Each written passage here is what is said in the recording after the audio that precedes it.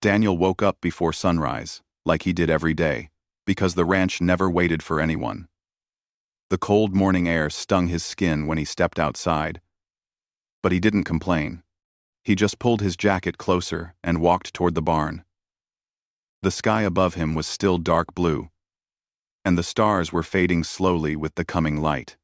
His boots left soft marks on the dirt as he passed the fence, listening to the quiet sounds of the horses waking up. It had been 2 years since Daniel lost his wife. 2 long years, filled with responsibilities, long work hours, and a kind of silence that never truly left the house. His 2 children, Anna and Luke, were only 6 and 4. They tried to be brave, but sometimes he found them sitting quietly on the porch, staring at the road as if expecting someone who would never return. Because of that, whenever Daniel looked at them, he felt a deep ache in his heart. He tried to hide it, but it was always there. He did his best, though. He cooked simple meals, washed small clothes, and checked their homework even when he was dead tired. The ranch demanded everything from him, and so did fatherhood. On most days, Daniel worked from morning to evening. He fixed fences, tended to the cattle, repaired the old tractor when it broke down, which was often, and made sure his children never felt alone. But even with all that effort, the house still felt empty at night.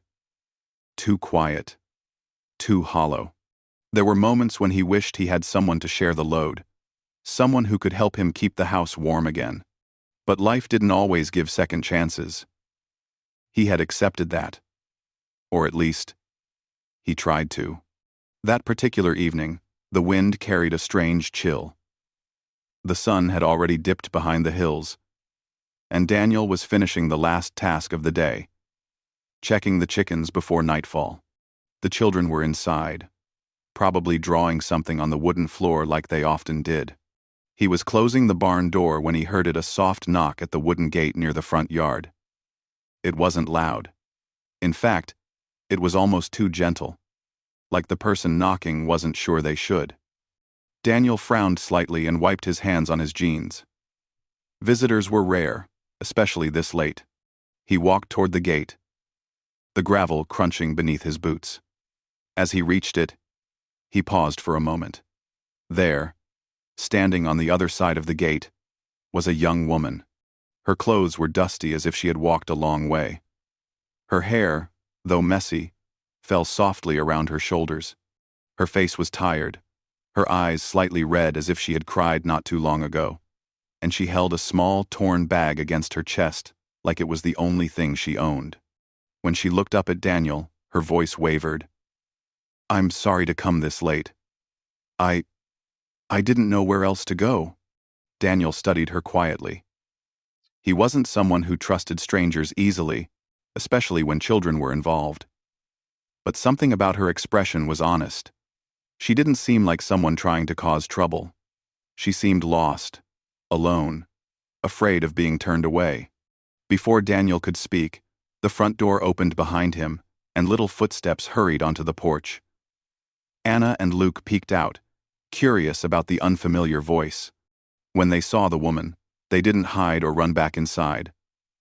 Instead, they stepped forward slightly, their eyes wide with innocent curiosity. The woman noticed them immediately. She straightened her posture gently and offered a small, warm smile despite looking completely exhausted. "Hello," she whispered softly to the children, almost as if she feared scaring them. Anna tilted her head. "Are you okay?" she asked in her tiny voice. The woman blinked, surprised at the concern coming from such a small child. Daniel felt something shift inside him. The way she spoke to the children wasn't forced or awkward. It was natural, gentle. She didn't try to hide her state, but she also didn't complain. "What's your name?" Daniel finally asked. "Mara," she said. "I've been walking for 2 days. I left home because it wasn't safe anymore. Not for me." She lowered her eyes, not giving details, but Daniel could see she was telling the truth. He took a slow breath. Letting strangers in was risky, But sending a young woman away at night, one who seemed scared and exhausted, was something he couldn't bring himself to do. He wasn't heartless. "You can stay for the night," he said finally. "Just for the night. There's a guest room." Mara's shoulders relaxed as if she had been holding her breath for hours. "Thank you," she whispered, her voice breaking slightly. Inside the house, the children led her in with surprising trust. Anna offered her a cup of water. Luke brought her a small blanket he kept near his chair, even though it was his favorite one. Mara accepted everything with a soft smile that was filled with gratitude and disbelief. Daniel stood back for a moment, watching the scene. The woman looked fragile, not in a weak way, but in the way someone looks when they've carried too much for too long. She didn't ask for anything except a place to rest. She didn't complain, didn't demand, didn't show anger or fear. Instead, she thanked the children for every small act of kindness. After she settled in the guest room, Daniel walked outside, needing a moment to himself. The moon had risen high, casting a pale glow across the fields.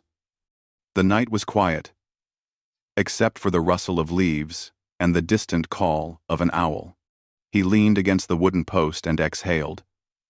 He wasn't sure what he had just invited into his life. He only knew he couldn't leave someone helpless, outside in the dark.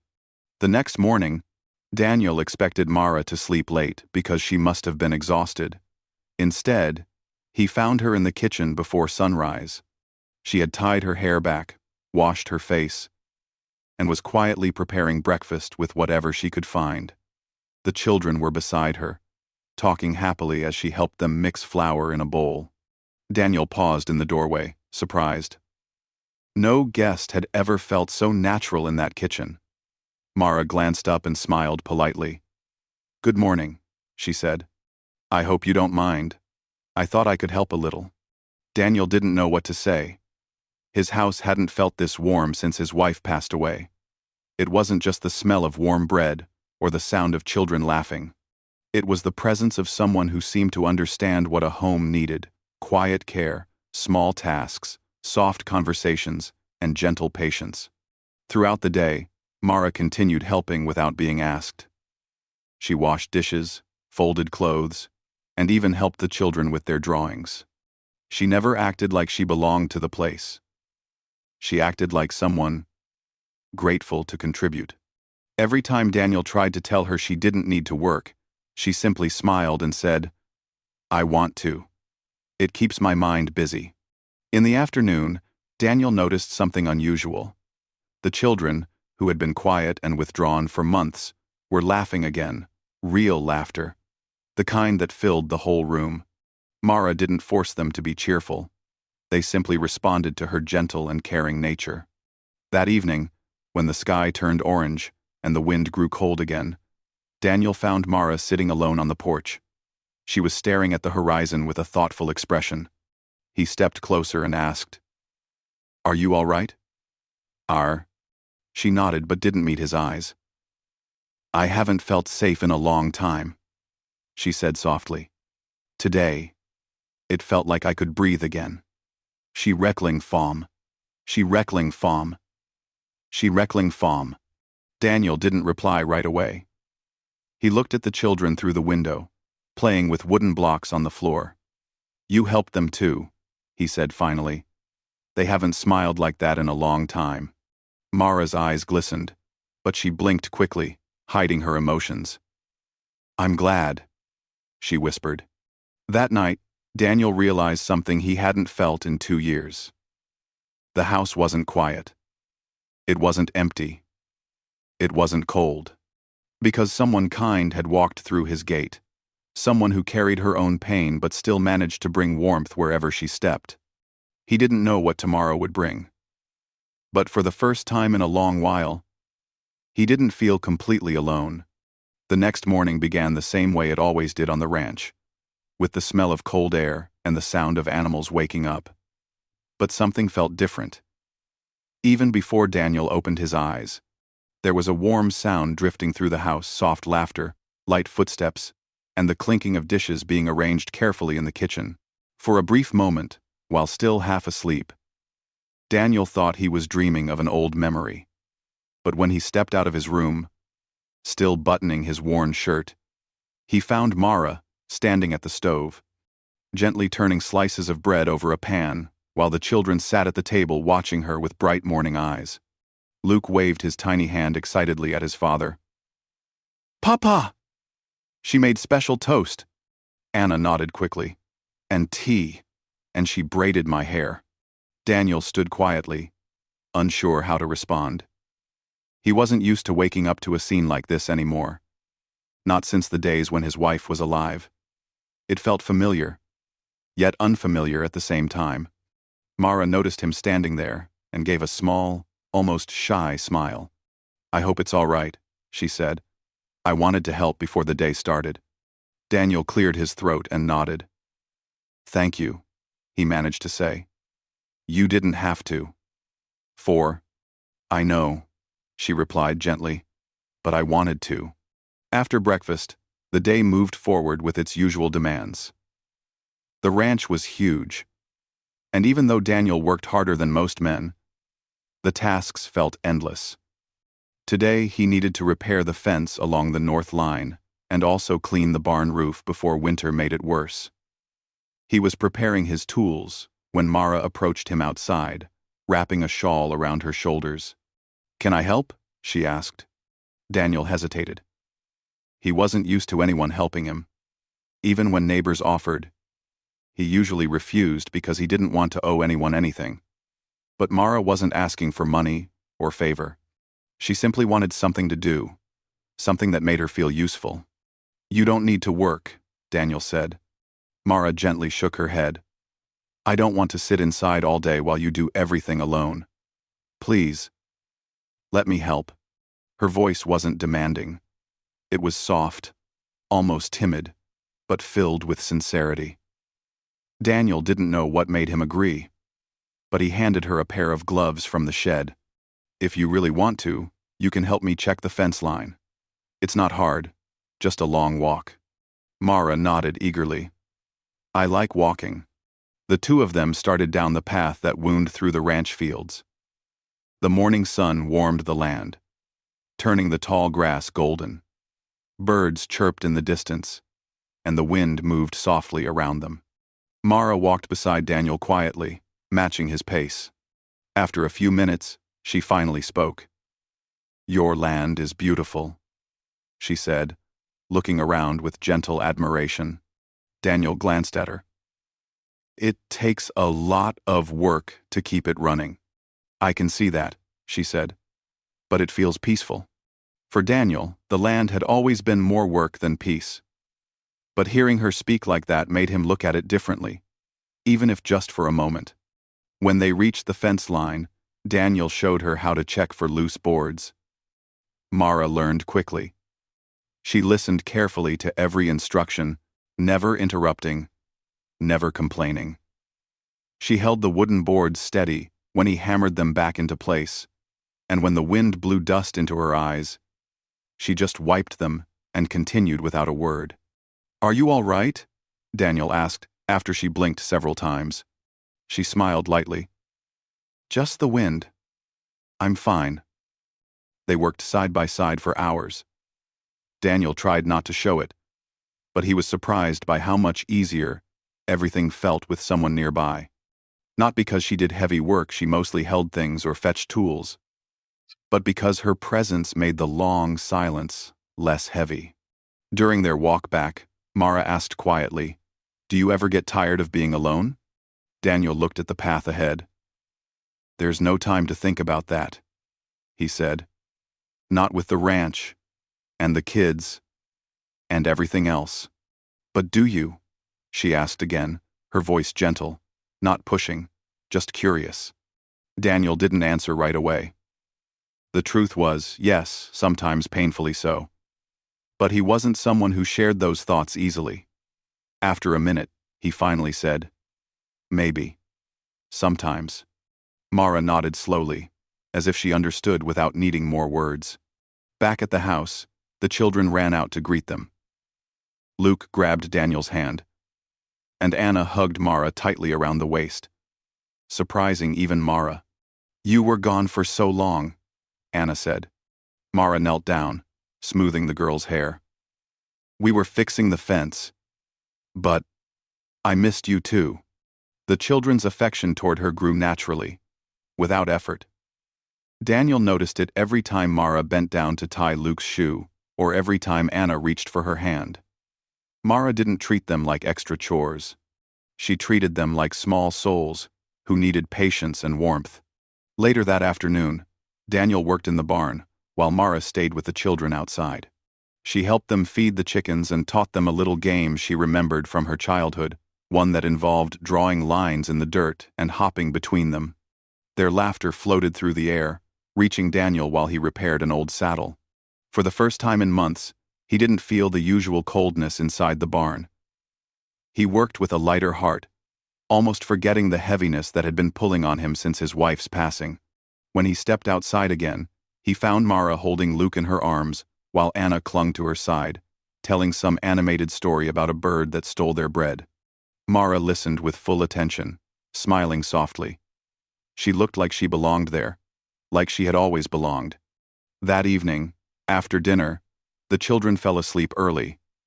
The day had been long and full of excitement for them. Mara helped Daniel clean up the dishes, and when the kitchen was quiet, she lightly touched a cracked bowl on the counter. "You've had this for a long time," she said gently. "It belonged to my wife," Daniel answered softly. Mara's expression changed, not with fear or discomfort, but with respect. "I'm sorry," she whispered. "I hope it's not painful that I'm here." Daniel shook his head slowly. "If it were painful, I wouldn't have let you stay." She nodded, but her eyes glistened slightly. "I just don't want to be a burden." "You're not," Daniel said, surprising himself with how easily the words came. "The house. It feels different with you here." The children laugh again. "That means something." Mara lowered her gaze, hiding a small, trembling smile. "It means a lot to me that they trust me," she whispered. After the dishes were done, Mara stepped outside for some fresh air. Daniel followed a moment later. The porch lights glowed softly behind them, while the night stretched wide and calm. The stars were bright, scattered across the sky like tiny silver seeds. Mara wrapped her shawl tighter as a breeze brushed past.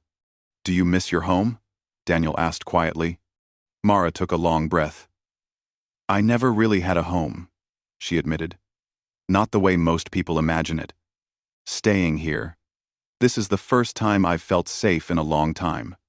Daniel didn't know what to say, but he understood more than she realized. He knew what it felt like to live with quiet, hurt, and heavy days. "You can stay as long as you need," he said finally. "No one will trouble you here." Mara turned her head, her eyes soft and filled with gratitude. "Thank you," she whispered. "I'll try my best to be helpful. I promise I won't cause problems." "You haven't caused any," Daniel said gently. They stood side by side on the porch, listening to the soft rustle of the wind moving through the tall grass. It wasn't loud. It wasn't dramatic. But something warm settled between them. A quiet understanding. A slow-growing trust. Inside the house, the children slept peacefully. Outside, the ranch looked calm under the moonlight. And in that simple moment, Daniel realized something important. His life had been lonely for a long time. But now, with Mara's presence, the emptiness didn't feel as sharp. The house felt warmer. The days felt lighter. And even though nothing had been promised, something inside him whispered that life might offer him a second chance after all. He didn't know what tomorrow would bring, but he knew one thing for certain: he didn't want her to leave. The following days passed in a quiet, steady rhythm that neither Daniel nor Mara had expected. She woke early, helped the children get ready, joined Daniel in daily tasks, and slowly became part of every corner of the ranch. Nothing about her presence felt forced. She never tried to take charge, never demanded attention, and never acted like she deserved anything more than the space Daniel gave her. Yet she helped with such honesty that the ranch seemed to breathe easier. One afternoon, Daniel returned from repairing a water pipe near the old windmill. His shirt was dusty, and his hands were scraped from metal edges. When he stepped inside, he found Mara teaching Anna how to fold laundry while Luke stacked wooden blocks beside them. The sunlight coming through the window made the moment look warm and peaceful. Something inside him softened at the sight, though he didn't say anything. He cleared his throat, and Mara looked up. "You're back. I was just keeping them busy." "They look happy," Daniel said quietly. Mara gave a small smile. "Children only need patience and a bit of attention. They grow with whatever kindness they receive." Later that week, a neighbor named Harold rode to the ranch. Harold was known for being loud and full of opinions, and he rarely visited without a reason. When Daniel saw him approaching, his shoulders tensed.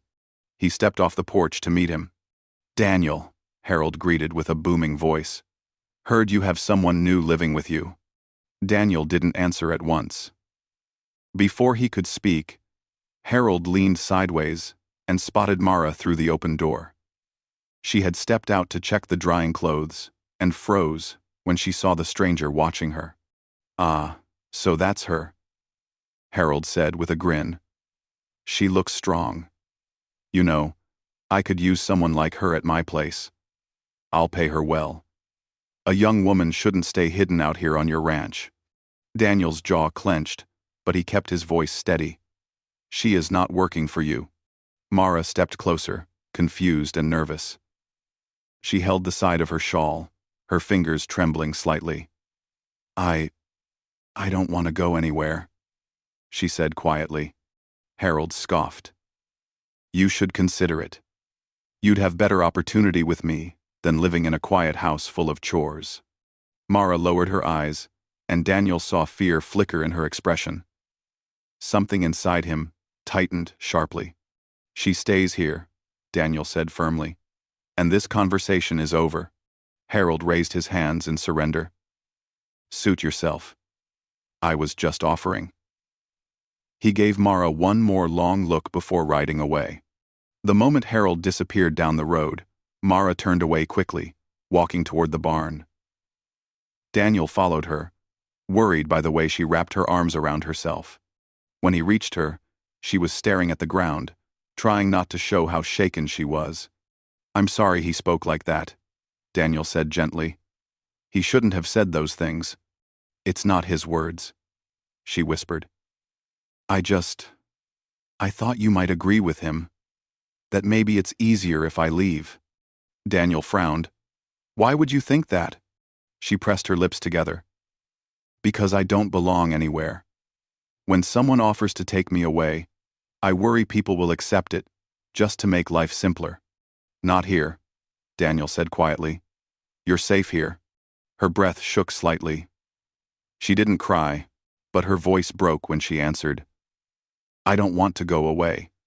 This place, it's the first time I've felt like I'm not in someone's way." Before Daniel could respond, Luke's small voice echoed from the porch, calling for Mara. She took a steady breath and returned to the house, leaving Daniel standing there alone. Feeling a weight in his chest, he couldn't quite explain. That night, the house felt unusually silent. The children slept peacefully, unaware of the tension that had settled earlier. Daniel stepped outside for fresh air and found Mara sitting on the small bench near the porch railing. She held her shawl tight around her shoulders, staring at the stars. He sat a little distance away, giving her space. For a long moment, neither of them spoke. The night wind moved gently around them. Finally, Mara broke the silence. "I overheard something else today," she said softly, not looking at him. "When Harold said I could work for him, you didn't answer at first. I thought, maybe you were thinking about it." Daniel turned his head toward her. "I was deciding how to handle him. That man thinks everything has a price. I didn't want him talking to you like you're something he can take." Mara swallowed, her hands tightening around her shawl. I know I'm just a guest here. I know I don't have a right to ask for anything. But these days, with the children, with the work, with the quiet moments, they made me feel something I haven't felt before. Daniel waited, listening. I felt like I finally had a place, she whispered. A small corner where I could belong, where I could give something instead of being a burden.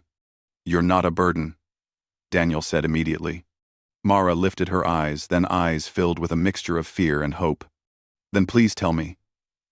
Tell me you won't let anyone take me away. I'll work. I'll help. I'll care for the children. I'll do anything. Just don't send me away. Daniel felt his heart tighten at the desperation in her voice. He took a slow breath. I'm not sending you away, he said firmly. You can stay here, as long as you choose to. Her expression softened, relief washing over her face. But something deeper lingered in her eyes, not just relief, but affection, trust, and something she didn't dare name. For several days after that, Mara moved around the ranch with renewed energy. She cooked warm meals, helped the children with lessons, and mended clothes with the same careful hands that had once trembled from fear. Daniel watched her often, not in a way that made her uncomfortable, but in a quiet, thoughtful way. He noticed how she hummed softly when she cooked, how she gently fixed Luke's messy hair, and how she calmed Anna when she had a nightmare. She wasn't just passing time. She was building a life. One evening, after the children had gone to sleep, she found Daniel in the barn putting tools away. She approached him slowly, as if still unsure whether she had the right to interrupt his work. I wanted to say something, she said quietly. Daniel set a piece of rope aside and turned to face her. What is it? She hesitated for a moment, her fingers twisting together nervously. Then she stepped closer, her voice low and trembling. Take me, she whispered. I will bear your children. Daniel stared at her, stunned not because her words were improper or bold, but because he immediately understood what she meant. Her voice wasn't filled with romance or anything close to it. It was filled with longing for family, safety, belonging. She wasn't talking about giving birth. She was talking about raising, caring, protecting, mothering the two small children who needed someone just like her. She meant, let me stay. Let me be part of this home. Let me help you raise them. Let me belong here. Daniel exhaled slowly, understanding her heart without needing explanation. Mara, he said softly, you already care for them like they're your own. I want to stay, she whispered. I want to be here for them. I want to be here for you, too, if you'll let me. Daniel stepped a little closer, his voice calm and steady. You belong here, he said. Not because you asked. Because you make this house whole again. Because the children trust you. Because I trust you. Mara lowered her head, tears filling her eyes. But her smile was gentle, like someone who had finally found the place she had been searching for her entire life. Daniel didn't touch her, didn't reach for her, didn't do anything that would make the moment uncomfortable. They simply stood there, the two of them, sharing a quiet truth under the warm barn light, the truth that her place was no longer uncertain. She had found her home. The morning after Mara whispered those trembling words, the ranch felt strangely quiet, as if the air itself understood something important had happened. Daniel woke early as usual, but when he stepped into the kitchen, he paused. Mara was already there, but she wasn't cooking or cleaning. She was standing near the window, holding a cup of warm tea with both hands, staring outside with a thoughtful, almost shy expression. Good morning, Daniel said, his voice gentle. She turned quickly, almost startled, then gave a small smile. Good morning. There was a soft, unspoken warmth between them, something new, yet steady. It wasn't heavy or tense.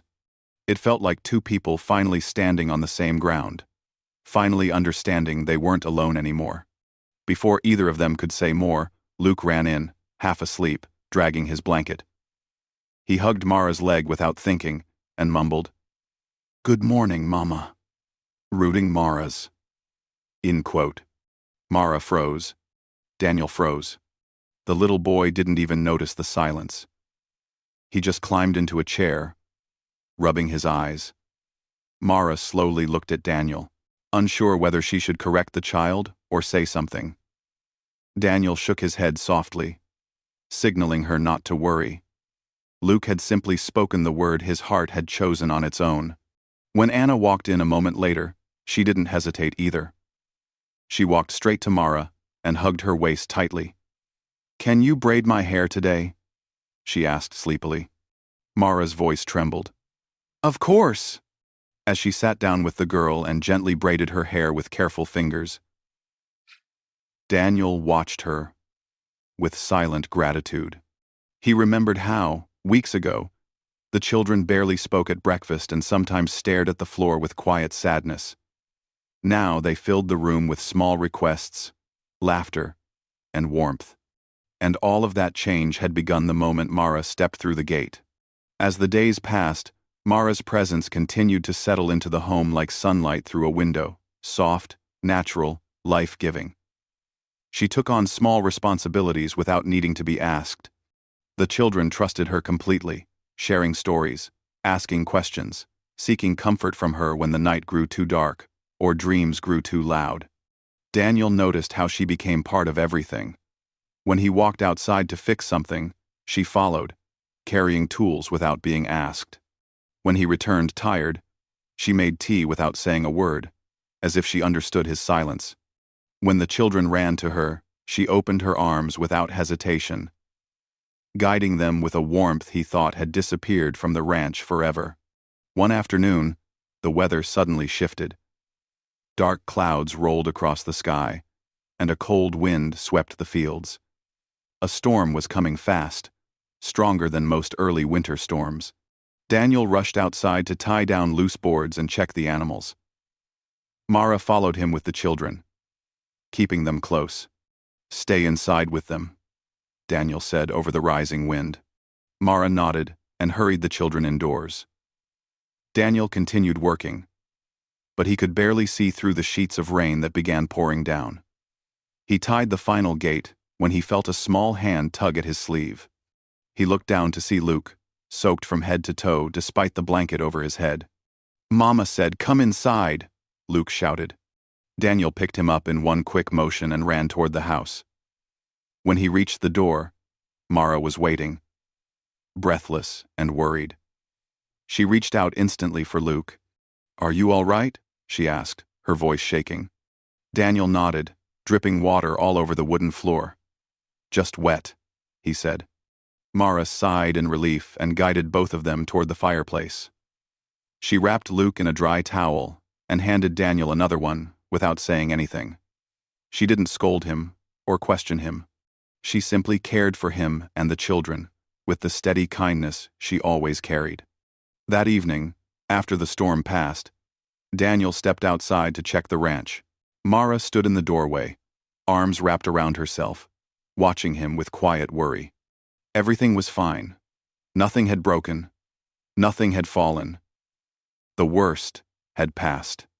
He walked back toward her, and she didn't move away. She stayed right there in the doorway, waiting for him. When he reached her, their eyes met, and something unspoken passed between them. "You don't have to worry so much," Daniel said softly. "I will," she replied. "Because you matter. Because the children matter. Because this home matters." He swallowed, surprised by how deeply her words settled in him. That night, when the children were asleep, Daniel found Mara sitting near the fireplace with a blanket around her shoulders. The flames cast a warm glow on her face. She looked peaceful but thoughtful, as if her mind was full of things she didn't know how to say. He sat across from her. "You meant what you said earlier, didn't you?" Daniel asked quietly. Mara lowered her eyes. "Every word." "You want to stay here?" She nodded slowly.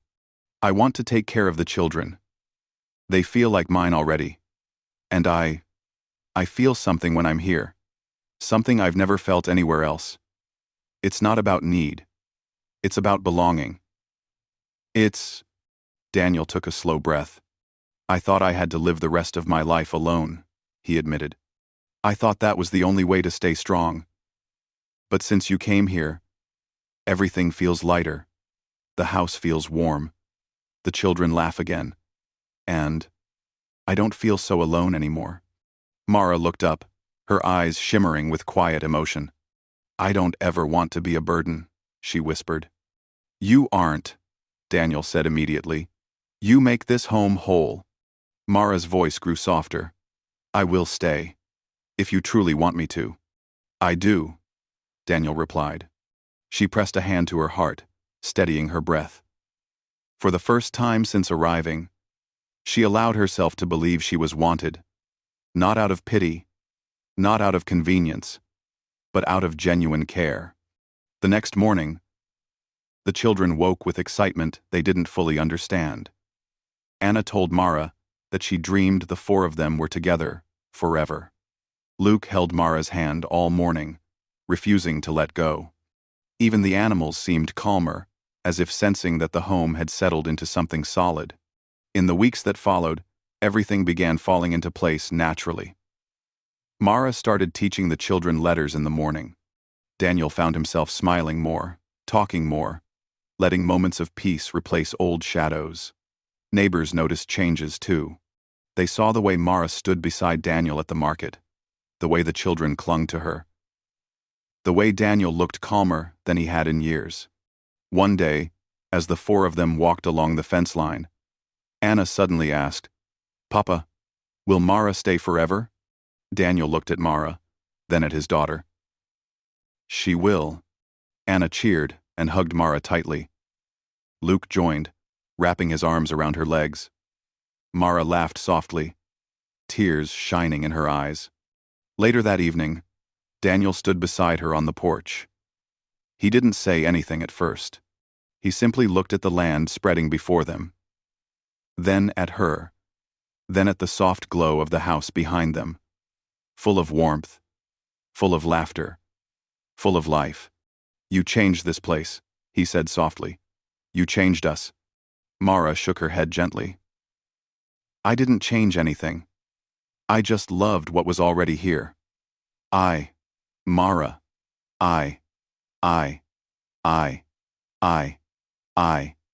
I.